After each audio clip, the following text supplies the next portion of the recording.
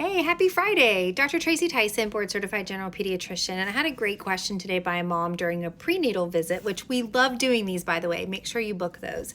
But her question was, which one is most effective, the RSV vaccination for the mom or the monoclonal antibody for the baby for prevention of RSV-related illness during that RSV season? So let's talk about it. They both are pretty equally effective. The RSV vaccination for moms is about 77% effective at hospitalizations for babies, whereas the babies is about 81 to 85% effective nationwide when it comes to prevention of severe illness. So those are pretty close, but is one better than the other? Not necessarily. They both give what we call passive immunity. So they both give the baby antibodies during RSV season to give them an opportunity to fight off the infection so that it's not as severe. The one to get is the one that's offered to you. So if during your pregnancy the RSV vaccination is offered to you, that's the best time to get it. If for some reason you can't get it, say it's not available in your area and you're not able to get it and the baby's born, then get the monoclonal antibody. They're both fantastic. They both have a low safety profile.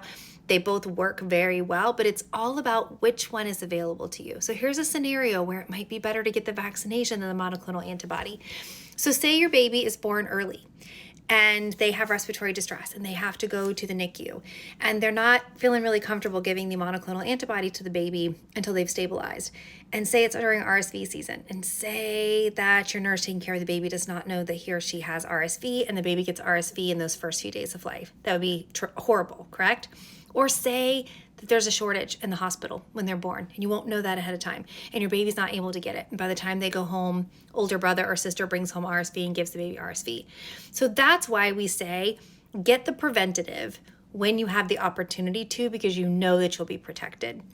So if you're offered the RSV vaccination during pregnancy, it's available that day. Certainly ask questions, make sure you're comfortable with it, but that would be the time to get it.